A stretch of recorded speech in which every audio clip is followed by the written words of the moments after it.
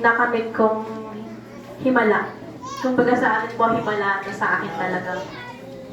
Ako po si Isabel Santiago, taga San Luis, Aurora. Ako po ay na-diagnose ng doktor na meron akong bukol sa ovary. Na hindi ko lang siya pinapansin. Hanggang sa dumating na po yung pagkakataon na nag-bleeding na ako. Natuyuan na po ako ng dugo. Kasi almost 3 days and 2 nights na po dire-diretso walang tigil. Pero sa mga panahon po yun, ako po ay naka-schedule na na-operahan ako sa Baguio, sa Notre Dame. Pero dahil nga sa pandemic noon, mahirap pong pumasok sa Baguio. Kailangan mo pa ng QR code para maka-entrance ka po. Pero sa hirap po noon ng hirap makapasok, mahirap makapag-register. Kaya po na inabot ako ng nagsimula ng umaga, alas 12 na ng gabi po kami natapos mag-rehistro. Pero hindi na po ako inabot nung mga panahon na yon. Bumigay na yung katawang portal ko kasi natuyuan na po ako ng dugo. Dahil po nandito na rin naman ako noon sa Kaliwanagan, hindi nga lang ako noon, nagpagamot lang ako noon. At nung gumaling na ako, hindi na po ako bumalik. Parang hiniling ko lang yung kagalingan ko. Sabi ko, pabalik lang ako pag may nararamdaman. Ganun po ako katigas ng ulo. Pasensya na po. At nung nga po ako talagang siguro, tinikis din ako ng Ama sa Langit na maramdaman ko yun para magbalik loob ako at malaman ko kung ano yung katungkulan ko dito sa lupa. Bumalik po ako dito, dinala nila ako, wala na po akong buhay.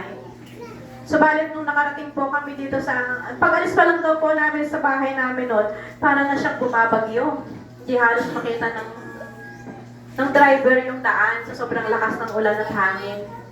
Pero nung nakarating po kami dito sa gate, wala pa rin, tunog pa rin sila, hindi pa rin kami nabubuksan. Yun po ay alas 2 ng madaling araw. Ang naramdaman ko po noon, parang kumukulong, para ba yung takore na pinakuluan ng tubig. Ibinuhos sa ganito ko sa bunbulan ko, naramdaman ko po siya ng paa. At nagulat yung dalawang kasama ko na naghatid dito. Kasi naglakad ako papasok. Naglakad po ako papasok kasi tapos, nung tinignan ako ni Tita Green, tinignan niya lang ako. Sabi niya, namiss ka lang namin dito. Namiss ka lang ng mga banal na anghel sa kalangitan, habang sa kalangitan at mga liwanag sa kalangitan. Sabi niya, ang ginawa niya lang po, magpiga kayo ng palaya. Kalahating ganyan lang po sa baso. Yun lang po, yung naka sa akin. Siyempre siguro dahil sa pananalig nila para sa akin, nabigyan po ako ng buhay. Bagamat po, nahina pa yung katawan ko, nung kinasabaduhan, nagpuri po ako. Biglang bumaba po ang Anghel Isabel sa kalangitan. Na sinabi niya na nakita niya daw ako na kaparehas nung siya ay mortal pa yung nangyari sa kanya na nagdugo. Na dahil daw po sa pananalig, yun po yung tinutusan daw siya ng Amang Liwanag sa kalangitan na tulungan ako. Kaya po ako nandito ngayon, malakas, may buhay ulit, at tumanggap na ng mga katungkulan para lang sa pasasalamat sa binigay sa ating buhay na mag-ulit. Ayan lamang po, at maraming salamat. Maraming po na mga pagsubok, marami.